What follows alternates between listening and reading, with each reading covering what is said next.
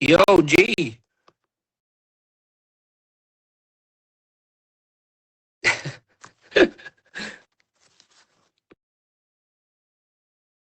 Oh, she can't hear. Okay.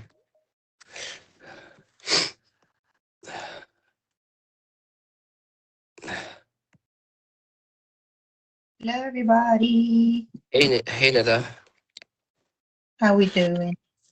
Yeah, not bad. You know what? Good. While we, if there's any people, going for the QA, I will be admitting people. Meanwhile, so you can host the meeting because Yeah, this is no what we've problem. been. Yeah, this is what we've been doing with G. So whenever there is something she has to talk about, I'm admitting Mm. people in the room so she can focus on her thing. Okay, well, I don't have anything to really present or to talk about. I guess this session was mainly a conversation session to allow you guys to, have an opportunity to ask the questions. Because I think what she said to me is, I understand that you guys are using your Jira. Exciting news. Love me a Yeah. little bit of PPM tools. So definitely want to have a conversation and see how everybody's getting on. But besides that, what she said to me is a lot of the times you guys want to ask her questions, but she doesn't always get the time to kind of go through and answer all you guys' questions. So I'm coming in as a guest speaker to give you the platform, give you the opportunity to ask away. My only thing I would say is, again, we've got an hour, plenty of time, definitely. But feel free to kind of type your questions out in the chat, but I would rather prefer showcasing confidence and hand up, and then we can go through the questions and we can have a conversation. You can ask me about anything, my journey, whatever you want to ask, I guess, whatever questions that you have burning, that you wish you could have asked G. This is your time. Yes, Ryan. Right, I got a question off the bat, straightforward. No time wasted. So basically, yeah, me and my teamwork PM, we decided we're gonna go with Jira, right? And Mm, as this is my as sorry, admitting one, as this is my first time hopping into Jira. My question here though is that basically we've got a list of tasks over there, a list of epics, right? I made my best to actually have my epic with all the tasks and subtasks and milestones within the epic. mm, Therefore, there is a status for each task, subtask, or epic or whatsoever, right?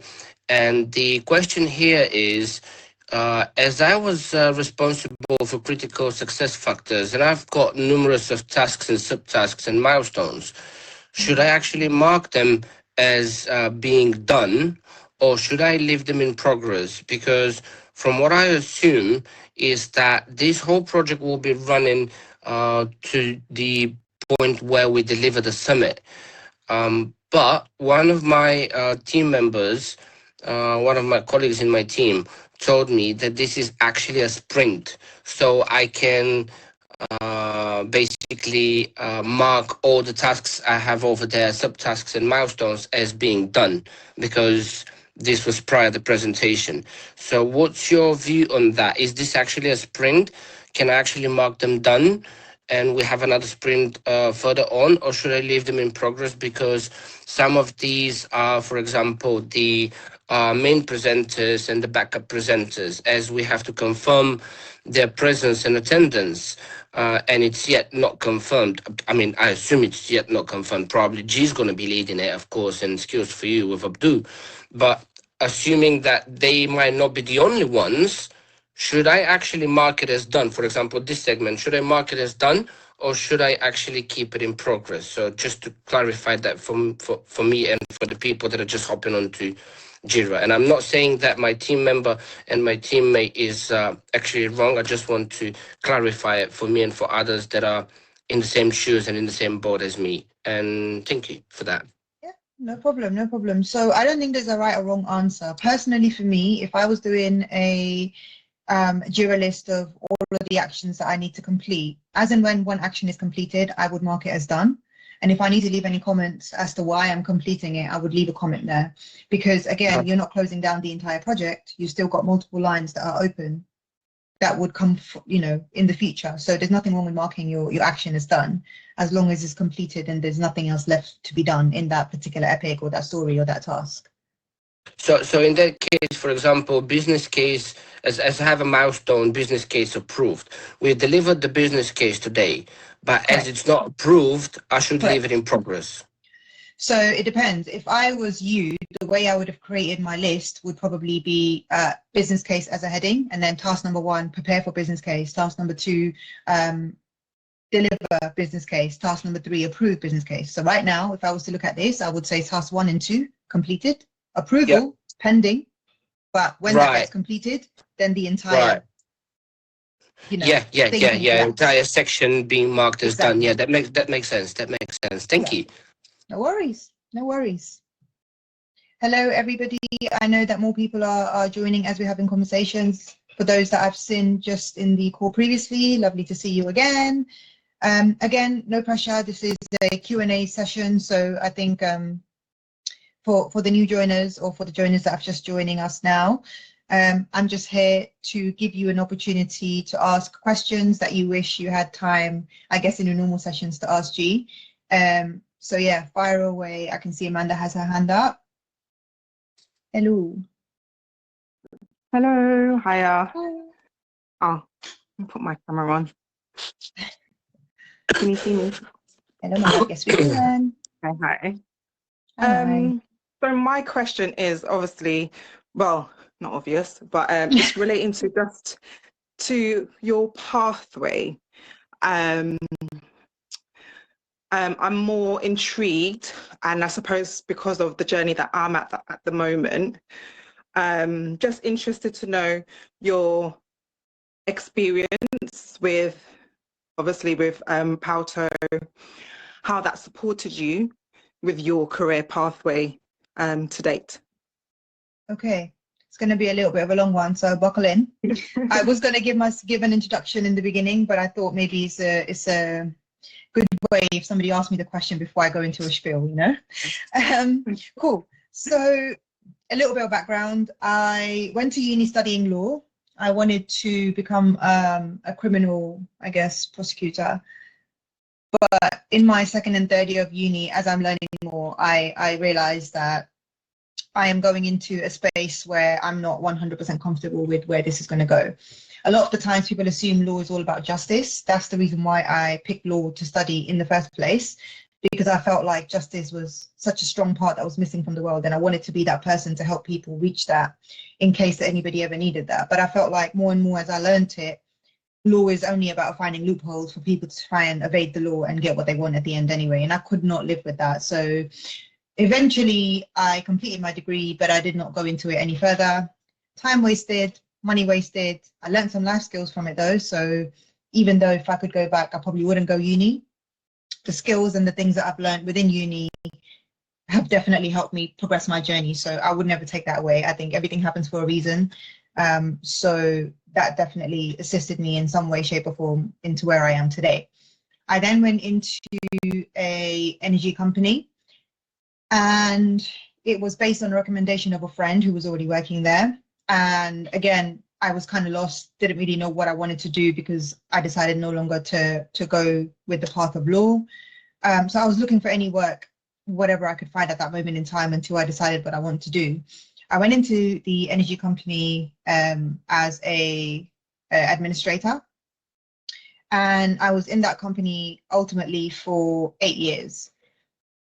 Within the 8 years that I was there, I did 8 different roles. So from an administrator to a specialist administrator, and then I moved up into more of a, I don't know if you guys remember when smart meters first started coming out and all the engineers were going around installing smart meters for everyone. So then I moved over to the smart metering team in the back end, speaking to engineers on how to install meters and all of that while they were on site.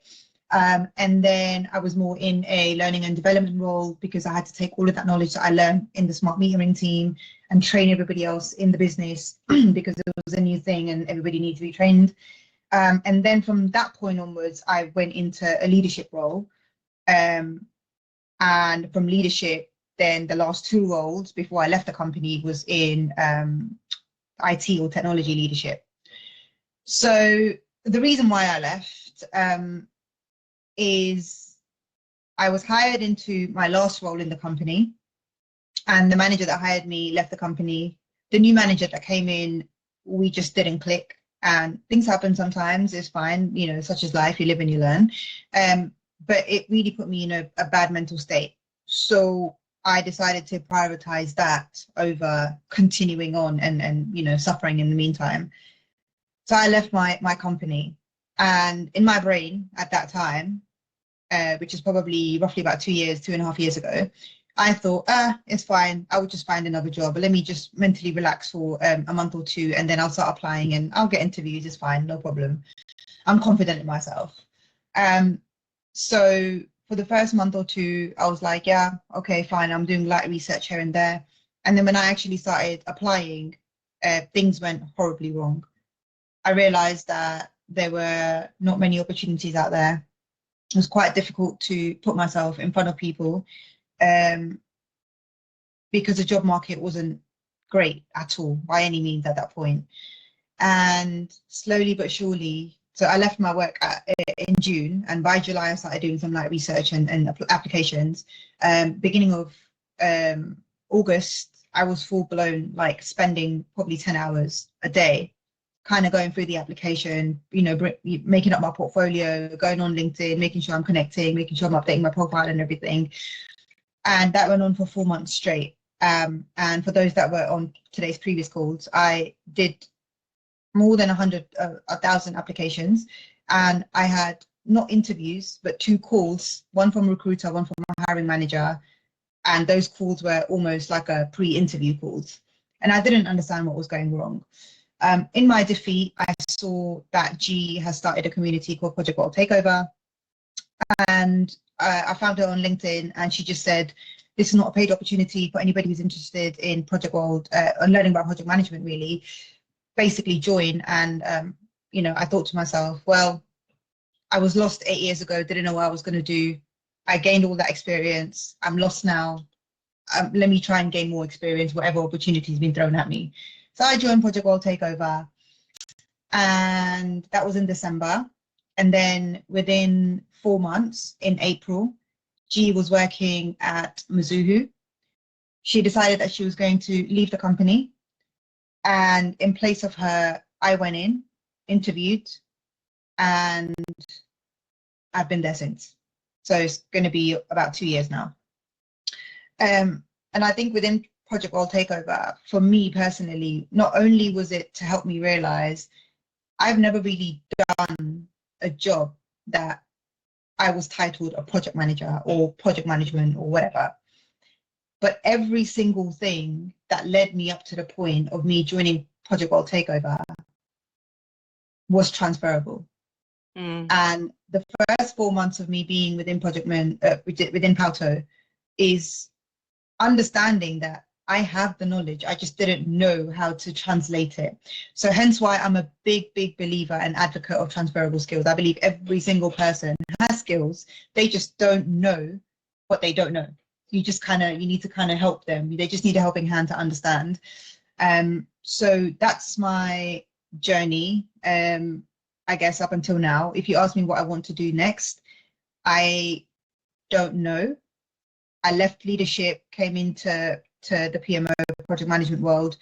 I don't think I want to be a project manager, not yet anyway, because I find that the stress level project managers are going through at the moment, it was the same stress level as the leadership within leadership that I was going through.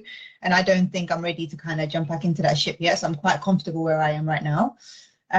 However, there might be other opportunities that might come up that might interest me. So yeah, hopefully that answers your question, gives you a bit of background. Yeah. So what is your current role then? Yeah. Sorry, go for it. Yeah. So yeah, what is your current role? So if it's not a project manager role, I assumed it was a project manager. It's not. No, I am a senior program PMO, with a caveat though, because they got me in to basically be a senior program PMO. And I organically kind of shift into a subject matter expert / business analyst.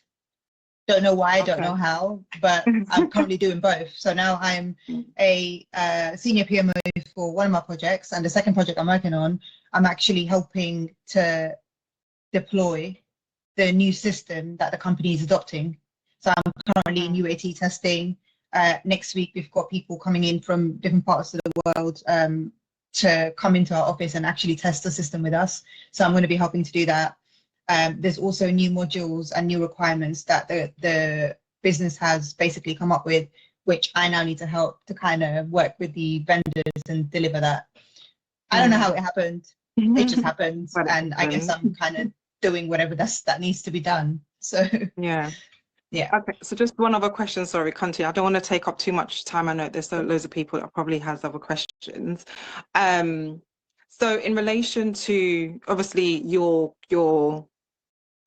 growth, so to speak, number one, did you do, although it's not project management, did you in fact do a project management course? Or do you want to do a project management course? So that's kind of 1 and 2. Just so I can have more of an insight, what were the transferable, I can guess, but just to hear it from you directly, what were the transferable skills that you had from your 8-year job to your now current business analyst PMO role? Sorry, Okay, that was brilliant. like 4 questions. No, that's absolutely fine. So I have never had a single qualification in traditional project management terms. Did not. In my previous role in the leadership world, I did a course on Scrum Master. So I was a qualified Scrum Master. The reason why I did it, it was because they wanted to implement the learnings from Scrum into the business. But once I got my qualification through the company, they didn't really do anything with that. So I had the qualification for 3 years. I didn't renew it because if you know, whatever, I don't care at this point. In hindsight, if you ask me if I should have renewed it, maybe, but I don't think the qualification is something that really matters. I think the society have this image of, you know, this piece of paper means something. At the end of the day, it's your experience and your knowledge, right? So I think the older I'm getting, the more I'm realizing papers don't mean anything to me. I don't care. I know that I'm capable of doing this. It's how I sell myself and the confidence in which I present myself that is going to convince you that I can do this job. Of course, followed by action once I get the job, right? But in all honesty, I don't have any project management qualifications. I had a Scrum Master certification, which I never used, expired, so it didn't translate into my current role. And then in terms of transferable skills, don't take this as, oh my God, you know, such hardworking people, this, that, and the other. But my manager in my previous role, who was a toxic lady, her manager actually said to me, we sat down and looked at everything that you were doing, and you're basically doing 7 people's jobs in one. I don't know how this happened, but this is not okay. And we don't want this kind of stress for you. And I didn't realize I was doing that until it was laid out to me. You're doing this and you're doing this and you're doing this. And I was like, whoa, okay, I never looked at it this way, right? So within all the different roles that I was trying to fulfill, I was implementing ServiceNow and designing user interface for the end user. I'm not a UI designer. I don't have any qualifications. Like I said, I went to uni studying law. I have zero, you know, information on how to do that. But I was developing and helping the team to kind of roll out this ServiceNow interface for the entire business. I was doing everything relating to JML. So for the company, any joiners, movers, leavers, there was no process. I had to put that process in place. When COVID started, everybody started working from home. We didn't have the infrastructure to let people do that. So number one, immediate solution was buy laptops in bulk, give it to everybody. Number two, how do we improve their experience? Buy monitors, buy peripherals like mouse, keyboard, all of that. Let's expand that and give that out to the people in the business. And then number three, when everybody started returning back from COVID, what kind of changes does the office environment need to accommodate for everybody to come back? And then after that, hiring people that are fully remote versus hiring people that are half remote, half in the office, or hybrid. What kind of structure is that going to look like?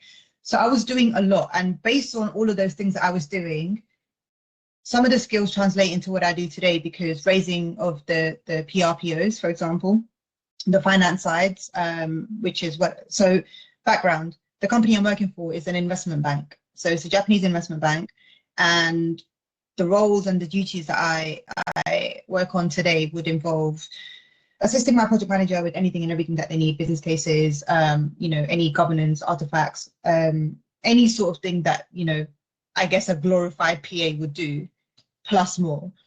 Then aside from that, in my BA responsibilities is implementing new systems, thinking about training the business in terms of how to accept these changes, and within change management world, this is what we're doing now, what we are going to be doing. These are the transitions, training videos, kind of coordinating, collaborating with all the different people and stakeholders to put them in one place. Financials and, PRPO, stakeholder management, and vendor relationships, all of that kind of experience that I had is translated into my current role. And what I didn't realize is my leadership experience. I didn't think that that was anything to do with project management. I'm not here to lead the team. I'm just here to perform tasks that needs to be performed to ensure smooth delivery of a project. And I'm genuinely surprised that the skills that you need as a leader, how transferable they are, even in the most unthoughtful way. The way you present yourself, your soft skills that you learn, your attitude towards people, the way you carry yourself, the way you communicate, the way you deliver or present certain things to people, all comes from leadership.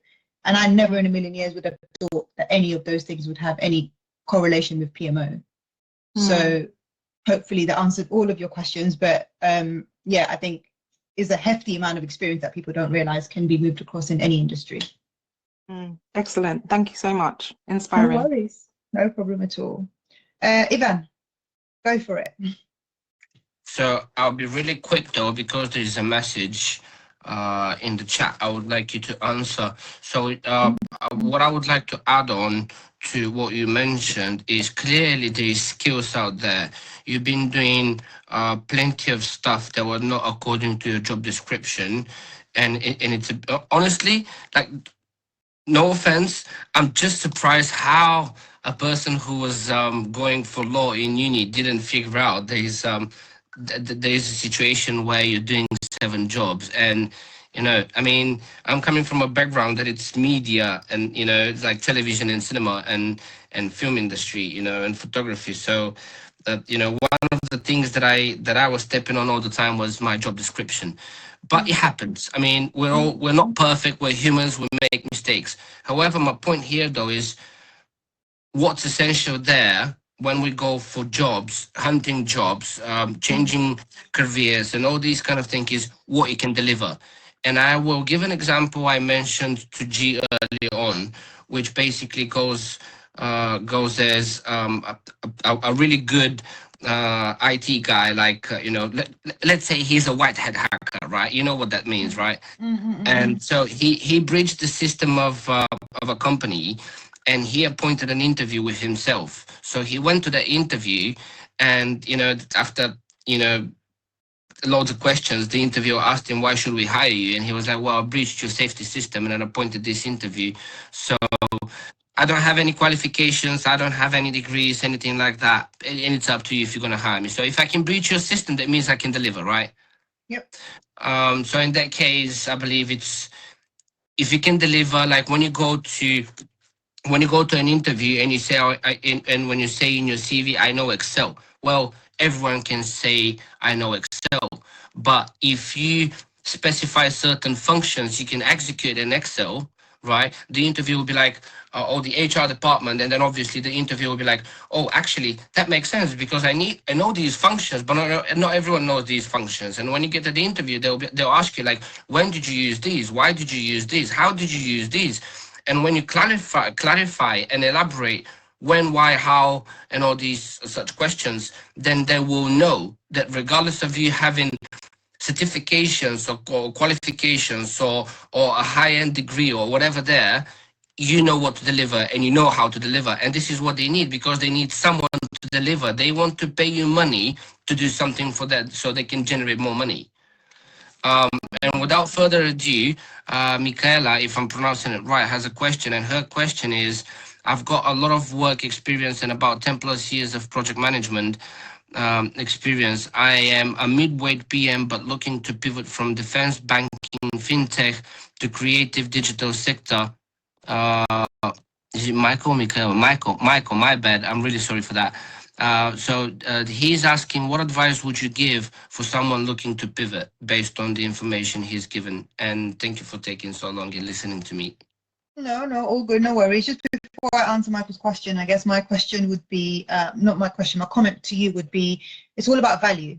And I think that goes for everything, right? If you can go into an interview and showcase your value without getting bogged down on qualifications and certifications, that value speaks volumes way, way higher than any paper that anybody could provide, because you can do all the theories in the world. If you're unable to translate that theory into practical, which is things that you would gain from experience and transferable skills from other roles, it doesn't really matter what's on paper. It wouldn't help. So I think it's about the value that you can portray and how you can link things together in your brain and present that on a plate, compared to just the books told me to do ABC, so here's ABC, I can do ABC, that's it.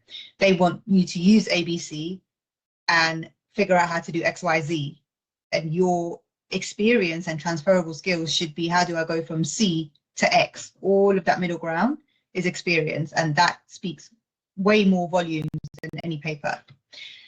Coming back to Michael's question, what advice would you give to somebody who's looking to pivot? So I guess the best thing that I can do, and again, I see that you've had quite a lot of experiences in different areas, right? I'm probably not familiar with every single one of them, but I can guarantee you, if you were to list down responsibilities in the industry that you're looking to pivot into, and then responsibilities of defense, banking, fintech, digital sector, and creative sector, you would find a lot of similarities. So I would say personally, again, you can always come to the group and request for some help if required, but for your own self, get a piece of paper or do it on the computer, however you want to do it. List out the role that you want to pivot into and all of the skills and qualifications required for that. And I'm not talking just hard skills, I'm talking soft skills as well. Then list out all your experiences and all your roles and industries that you worked at. List down all the skills and experiences that you have, and then do a comparison. I guarantee you, if not 70, 80%, 90% of the things that they're looking for in the new industry that you want to go into would already exist. Some way, somehow, but it's already there. You just need to know how to see it in their light, if that makes sense.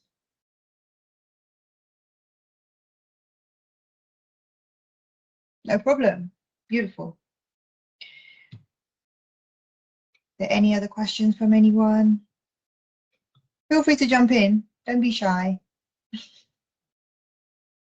I guess, let me ask you guys a question then. So obviously you have these weekly sessions with G, right? So what was the purpose of you joining these sessions, and what are you looking for? And again, I'm coming in as a guest, right? So talk to me, tell me, explain to me what is it that you're looking for. And yes, Lolita, I can see your hand up. Hi, I had a question previously and then I forgot what I was going to say, but I wanted to, I think it was a point that you made in terms of like, how do you end up doing like so many different jobs? And I think the answer is actually, it's very easy to fall into that. I understand that it can be a case of making sure that you stick to your job description, but depending on where you work, your job description can be quite vague, let's say, in terms of, so for example, I'll use my previous role as an example.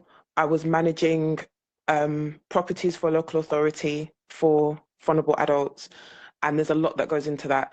You're having to do quality assurance, you're having to make sure that referrals are done, you're having to risk manage, you're having to manage budgets. There's a lot that goes into that when you look at the job description, you don't see the details of that and how I was effectively. So I've now moved from that role into a role where there are 7 people on a team that are doing everything that I was doing in that role. And when I look back, At the time, yes, I wasn't doing everything to the standard that I wanted to do, but I was ticking their boxes. And so everything that Neda is saying is definitely something that I can relate to, because it's sometimes it is part of the role to just get things done. Like if you are very much like, I'm not saying that anyone shouldn't go beyond their job, don't get me wrong, but I'm the kind of person, I'm an outcomes focused person. And if I think, you know what, doing A, B, and C is going to get me to the end result quicker than just saying, oh, and this is not my role, I will just get on with it, because I want to get to the target. So that can be my downfall at times. But yeah, that was a point that I wanted to raise. And I think anyone that has found themselves in that situation, do unpick the tasks that you were doing. As I said, everything I've just listed are things that a project manager would need to do. And I saw my role as a project. So my manager at the time didn't agree. She didn't like me using the word project, but that was what I was doing. I was chairing meetings with various agencies and professionals and things daily, making sure that things weren't falling apart in many ways. So I was managing risk, I was managing egos, I was managing a lot of things. So those are all things that's the reason why I decided to join. So to answer Neda's current question, that's the reason why I decided to really pursue that transition, because in all honesty, I want to be able to put myself in a position where I am duly compensated for those roles now, because I don't believe there's some industries where you're using those skills and you're bringing that knowledge and expertise, but not necessarily compensated for it. So I do appreciate that there is obviously the stress added to it as well. But yeah, I'm at that point now where I'm thinking, okay, I have these skills and I want to be recognized for them. But it's understanding the language, it's understanding the frameworks, it's understanding my struggle is the language and how to showcase what I can do and what I can. Yeah, sorry, go ahead. I don't know what happened there. Yeah, so so I think that's my challenge at the moment, just thinking about how to adjust to the PM world in terms of language. Mm-hmm. That's my biggest thing at the moment. And also just to get a bit more of understanding of the industry itself, because there's lots of there's lots of caveats and things to consider. And even just in terms of roles, like when I've been looking at jobs, I have tended to just look for like project manager or project coordinator, but I've realized there's so many varied titles as well. So that's kind of the concluding question I think I have to what I'm saying, that I'd be keen to know if there are any suggestions from yourself or from anyone that's on the call, like how they're actually going about the job search in terms of titles and things, because I'm finding that every day that I kind of search, there's a job I'll look at and be like, let me have a look at that. And I'm realizing the title completely threw me off. So I think that's something else that I also want to try and get to grips with, like the varied titles that can, the various titles that come into the sort of PM world and what to consider. So, and if there are any particular websites that will be helpful, sorry.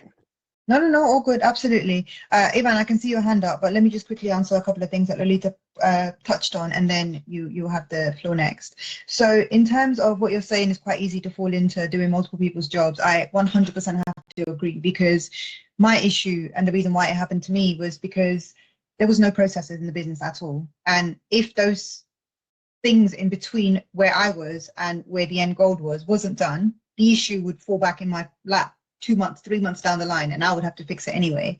So unfortunately, I was put in a position where nobody else wanted to pick up and do the processes, and I had to pick it up because I didn't want more work for myself later on. And in doing that, I ended up where I was. So yeah, 100%, Lolita, you're absolutely correct, and I would strongly agree with that. And it is definitely quite easy to do. I'm not saying it's a good or a bad thing, because it's given me experience and knowledge in so many other avenues that I wouldn't have kind of gone into, and it allowed me to be where I am today, and enables me to kind of just move in any direction I need to move in. But that's not the only way to go about things. So please don't think that that's a standard and you have to work way above your means and way above your capabilities to achieve something like that. That's not the case. This is just to highlight how each workplace is so different, and when we go in, don't use your previous experiences to kind of carve out what your journey is going to look like, because things can look very, very different. And coming back to Lolita's question in terms of roles, I think, I don't know if you guys were in the group then or not, but G actually did like a 2-day workshop sometime last year, I believe, where she kind of went through all of these different roles that project management actually have under. I know we're so used to hearing project managers and business analysts and stuff like that, but there are so many other roles like change managers, governance, RAID experts, there's admin roles. There's just a whole host of things that we're currently unaware of. So my best example for you would be, you can utilize AI, ChatGPT. So if you put something in there, for example, if there's a specific role that you're looking to go in and do, if you kind of specify to AI, these are the skills that I would like to utilize, or this is the kind of role that I'm looking in within project management. Can you give me a list of potential job titles that this spec can fall into? Then ChatGPT can spit out business analyst, change manager, for example, a PMO, PMO lead, PMO admin, junior PMO, whatever host of different kind of roles that there are, it will spit out a list. And then you then use those titles to go in and look for your roles.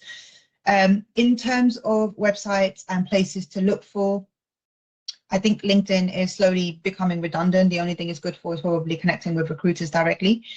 But I don't know any websites at the moment because I am not actively in the job looking world at the moment, but I do come across quite a few TikTok videos.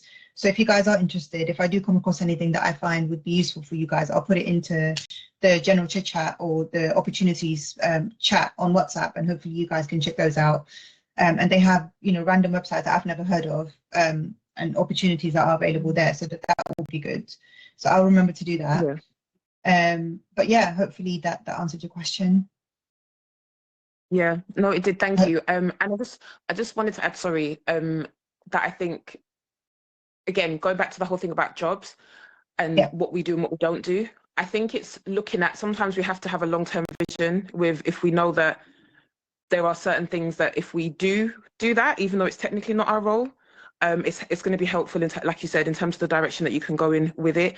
And I think it's I don't know where people are at in terms of their employers, but I know I work for an organization that has various departments, and there's part of me that's like, you know what, if I do this, it's going to be something I can touch on in an interview or kind of highlight to someone that could effectively give me a job that's taking me in the right direction. So I'm not saying that we should be, you know, used by our employers to do multiple things without being recognized for it. But I think if you have a long-term goal or strategy in doing so, just making sure it works for you ultimately is my advice to people. 100%. Ivan, sorry, go for it. No, that's fine, it's fine, no worries. First of all, apologies to Michael for misreading the name. I'm really bad with that. I'm really sorry about that. I have to mention again. And in regards to what you mentioned with the 7 rows that you were actually doing, like I said, we're not perfect. We're all falling into that trap on one hand. On another hand, the blessing. And why I'm saying that is because it is a trap, because you are getting overused and underpaid, right? It's a blessing because you're gaining knowledge that will essentially be beneficial for you, because through my own perspective and my personal experience, life experience and professional experience, let me tell you that when I really wanted to go and follow my father's steps, because he was a camera operator, right? God bless him. He was a camera operator, and I really wanted to proceed with that. And obviously, I said to him what I want to do and all these kind of things. So he got in contact with a program director in a TV channel back in my home country, and you know, we were trying to get me in the television field. So the program director was a friend of my father's, and he said, "All right, I'll get you in, but what you have to do is literally, you know, get your hands dirty, go through a lot of different things before you get to become a cameraman. So then I went through every single field you can imagine apart from accounting in that TV channel. So I did a lot of sound design and I did a lot of lights, sound recording, editing, there's other departments that you probably won't be aware of, but I've done almost every single possible job role apart from accounting and being a program leader or whatever there, and that was really good and really beneficial for me. Yeah, I was underpaid, obviously. I was doing a lot of different jobs that were paying much better than what I had on my contract and my job description, of course, but later on, sometime after, I actually got my correct job description, I got the correct pay, but I had a knowledge on my back and on my belt that not many had. And then going to the main TV channels, when I went for an interview, the director of the camera department in the new TV channel actually liked the way I presented myself and the skills I had because I mentioned certain things in the interview, and he was happy to see that someone has more skills than usual for a cameraman. So that's what I'm saying. It's a trap and it's a blessing depending on the way you're gonna go and what you're targeting. If you want to become senior in the field that you're into, then you'll definitely have to get your hands dirty and get more knowledge than usual and what you expect. But this is gonna highlight you and it's gonna put you forward, uh, you know, across other candidates over there because you show what you have and what you've got on your belt, and it's like you Neda mentioned early on for the presentation achievements. You're showing that you're executing. You're showing achievements. You're showing you've done something. It's not just theory. I know Excel. So that's what I can say about that, and I hope that it's going to be useful to someone in that call today. And thank you for listening to me again. No worries. No, I think that's a really good point. I think a lot of the times we forget, right? Like, I don't know how everybody is, but by personality, I am the kind of person that speaks up when I see something not working, right? And I think that's one of the reasons why the new manager that came in didn't like me, because not only did I have to educate her and teach her about company processes and why we do certain things the way we do, I was also correcting her based on her recommendations of changing certain things, because I would point out, you can't change this and this and this because the process for this is like that. And if you change this, that's going to break this, and that's not going to work. And I know in hindsight, what is it, 48 rules of whatever it is, the book, I can't remember the name now, but you're not supposed to outshine your leader. I am just by personality pointing out risks that I see. That's just who I am as a person. And I guess she didn't like that, but whatever. Moving on, same personality of mine has got me to where I am today, where I was a perm before in my 8 years in my previous company. And I left that role while discussions were having to move me from a 40K to a 42K salary. Now where I am, thank God, alhamdulillah, I am over 100K as a contractor. The only difference between those two roles is that 1 year or 11 months of me not having a role. And it's not about I did something amazing and I got this qualification or that qualification. It's number one, thanks to Project World Takeover, to expose me to terminologies that you was mentioning earlier, terminologies and what is involved in the world of project management. Number two, helping me understand I actually can do all of these things because I was doing them before under a different name. I just didn't know that's what it was called. And then number three, exposing to opportunities that I wouldn't have never had before if I wasn't part of this community. If I didn't know G, if I didn't click on that LinkedIn link, I wouldn't be where I am, because she left as I took her place and joined the same company. And then that same personality that wasn't agreed upon in my previous role is what I'm being applauded for today.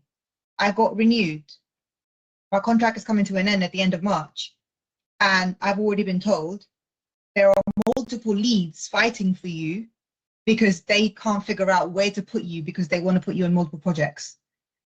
And I'm sitting here thinking, I don't even know if I'm going to get renewed. Oh my God, what's going to happen? I need to start preparing myself and look for another contract, this, that, and the other. And yet in the background, those are the conversations that are being had. And again, those conversations would not be happening if I didn't do what I did to help resolve issues. And it just depends on organizations and companies, right? If you can go in and you can showcase your value and how you're able to, provide value to that particular problem that they're having, somebody would like you for it and somebody will hate you for it. So I think we just need to understand, and a lot of the times within this kind of struggle on looking for roles and pivoting into different industries, we lose hope. And out of confidence, oh, I've never done a project management job before. I don't think I can get into project management. I don't think I know all the terminologies and this, that, and the other. But I think if we can utilize Project World Takeover and kind of bridge that gap, understand and learn the terminologies and lean on other people's experiences, as well as knowing how to get your skills in your transferable skills in a project management terminology, and put that onto your CV and put that in your message and get those words into your day-to-day speech as best as you can to help you prepare for the interviews. Your value that you showcase will be a lot better than anybody who's been, out there with like books and books and books of qualifications. Lolita, sorry, go ahead. Do you know what sorry, Neda, the point you made about not outshining your leader, I know that it's the reason that stuck out for me, because I was thinking, okay, leadership is also still about learning, and it doesn't matter the position of the person that you're learning from. So it's quite interesting that and I totally understand the politics and dynamics in regards to that, but it's interesting that, like, for me, I always welcome learning from anyone, and actually certain people doing certain roles that are maybe more on the ground or closer to a process or something than me. You are the expert on that task or that field or whatever, so I should be welcoming that. Yes, I might have more authority or more say so, or I'm sitting at certain tables where my voice is probably going to be heard more so than somebody else, but then that's a chance for me to almost advocate for that person as well, to say, well, actually, based on this person's position, their area of responsibility or whatever, this is how that would impact them. So it shows how short-sighted your manager at that time was, I think, because they could have navigated that a lot better. But that just really stuck out for me, because I think as a leader, you shouldn't be intimidated by someone else's knowledge or experience. You should be looking at how you can lean into it. Yeah, no, I totally agree. I can see, Amanda, you've got your hand up, but I just want to quickly mention one thing. I think having that experience really, really pushed into me what kind of, I call it leader, manager, I don't want to be. I have learned a lot in my life, in my previous role, right? And I think with time, I've refined my leadership skills. What really stuck out to me is, in my journey in those 8 years, I've met a lot of different kind of leaders and managers. And I understand, and I can stand here proudly today to say, I would never, ever in a million years, God forbid, be a manager. I'm not a manager material. I am a leader because even though I was within leadership, I didn't mind getting my hands dirty. I would roll up my sleeves. I would go unpack, repack, take in deliveries. I was getting the guys, teach me how you build a laptop. I've never built a laptop before. I'm not from a technology background. How do I build a laptop? How do I do this? How do I do that? I was learning skills and everything from them. And I think that's what really bonded our relationship as a team on a professional level. And some of those people in my team, we're still friends today. We go out for meals, a few times a year. And I still get messages to say, I wish you could still, come back and be our leader, kind of thing, because they see the difference in when you appreciate people, when you kind of work with them instead of telling them what to do all the time. So I think you are going to come across people like that in the world. And I think it's on us to kind of recognize those changes and understand, this is where I want to be and this is where I don't want to be, and be proud and confident enough in yourself as to what you want. Because a lot of times you go into meeting interviews and stuff and you almost feel like, in your brain, you're like, I'm kind of begging for a job. You're not begging for a job. I always go into the interview thinking we're having a two-way conversation. You're here to see if I'm fit for you, but I'm also here to see if you're fit for me. And if there's anything that you say, anything that you mention, anything that I'm like, I don't quite agree with that, I need to be strong enough to walk out and say, thank you very much for your time. I don't think this role is for me. I wish you all the best for your next candidate. And yes, it's a scary place to be mentally when you know you don't have a job. But I think if you learn to stand up for yourself, then that would attract what is meant for you. And again, with G, same belief. There's enough things out there in the world for everybody to share, number one. And number two, there's also the right thing for me is going to come from me no matter what. So just wanted to quickly say that. Amanda, you had your hand up. Yeah. So in regards to leadership, again, I was prompted by what the previous lady was saying, and great conversation, by the way. So I've always remembered, and this is one thing about my manager years and years, this is probably 20 odd years ago when I was managing within a nursery environment. And during that time, my father was really, really ill. He was really ill. Something happened, a major thing happened, and I had to go in on the weekend. He was in hospital. I had to go in, sort out whatever needed to happen. And the next month, I turned up to work the next Monday knowing that my dad literally had, you know, I suppose, hours to live. And my manager turned to me and she said, Amanda, what are you doing here? And she was the regional manager, and she came to my site. And she's like, what are you doing here? I was like, oh, I'm coming up to work because this happened. And she's like, are you silly? She said, listen, you're only a number in this organization and your family needs you. So you need to go. And that has always stuck with me. With wherever I go, you're only a number. I'm a hardworking person, and naturally I would work over and beyond. I'll be in my bed doing research, doing whatever. I'd probably be on the street and I may hear something and be like, oh, that'd be really good to share with the team or something. So I'm always actively working, but I've always had that in my head that no matter where I go, what I do in any organization, I'm always a number. And I always share that with people every time they get, you know, bombarded with, oh, they're doing this, they're asking me to do this, they're asking me to do that. That's something that just kind of stayed with me. And just to remember, so as a leader as well, what I, you know, kind of remember leadership is, you know, it's defined, it's a title. It's the title. And actual real leaders are the people that we have. It could be anyone. We are all leaders in our own way, you know, and it's the courage to really like develop potential in other people and processes as well. And, you know, we also take responsibility for like finding potential in others. That's what it is. And we tend to forget that. And these, you know, certain leaders, managers, whatever, we tend to forget that simple framework as well. And we let our ego override all those things. So I just wanted to kind of touch on that. But just to go back to work experience, I mean, we're all here for a reason. Some of us have jobs, some of us don't. But for me, I suppose I'm new in the job, you know, the kind of the job market. I've always had a job. This is the longest, I think, apart from not being, you know, in maternity, that I've been without a job, and I'm fine. I'm actually really happy. I'm actually really happy coming out of, you know, the job that I had before. It was very, very demanding, working, you know, within a prison. But what I find is it's not even, you know, oh my gosh, I see a job, I get a job, that's the title that I'm looking for.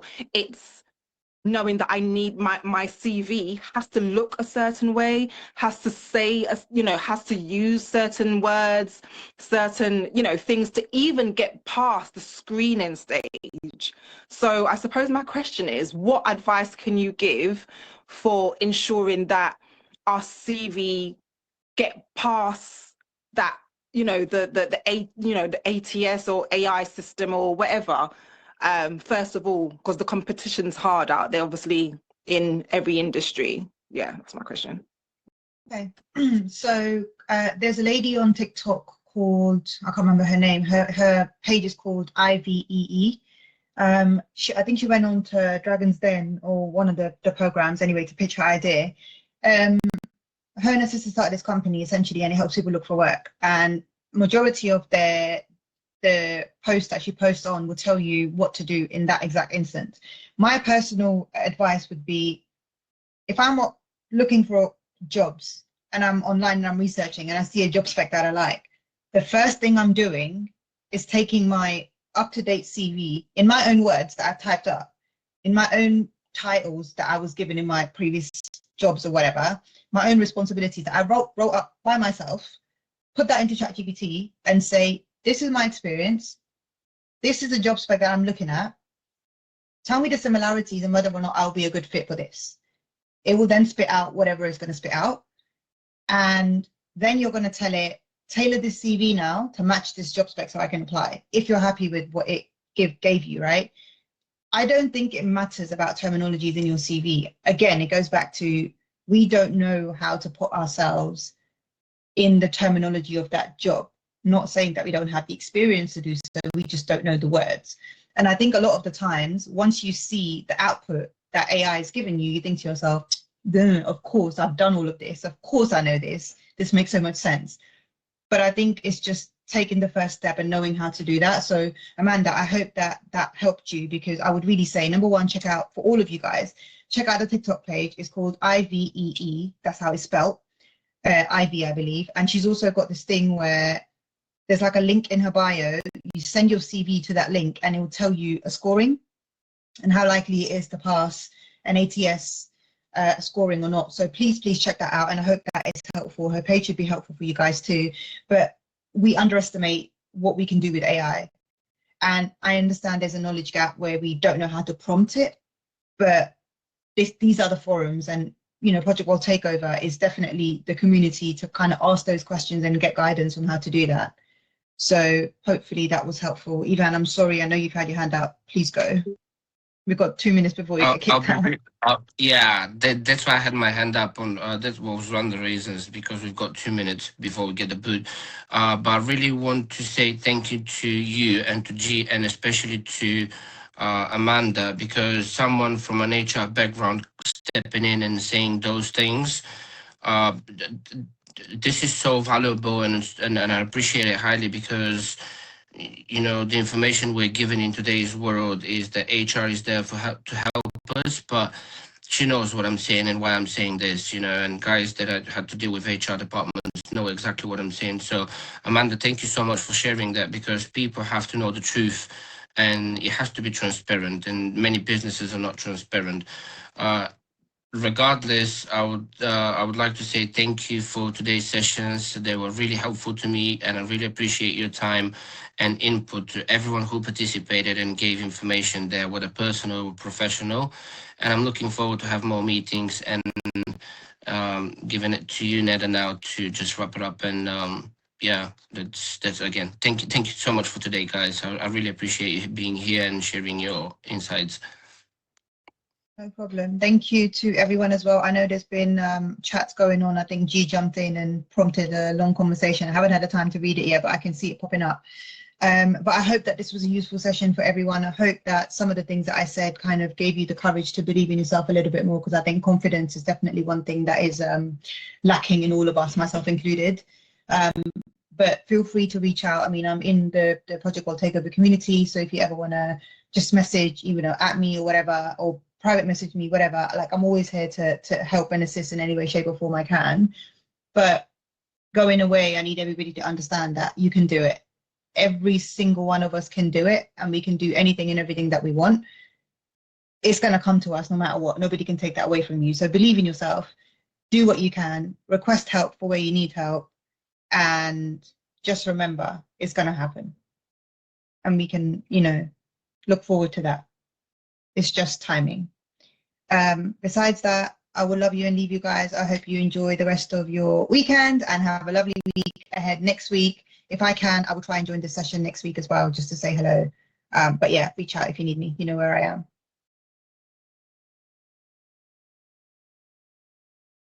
Thank you, Neda. Thank you. Great session. Take care, everyone. No problem.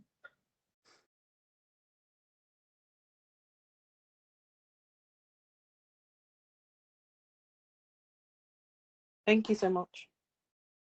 No problem, my lovely. Right, thanks, Neda. No worries, love. Take care. Have a good weekend, everyone.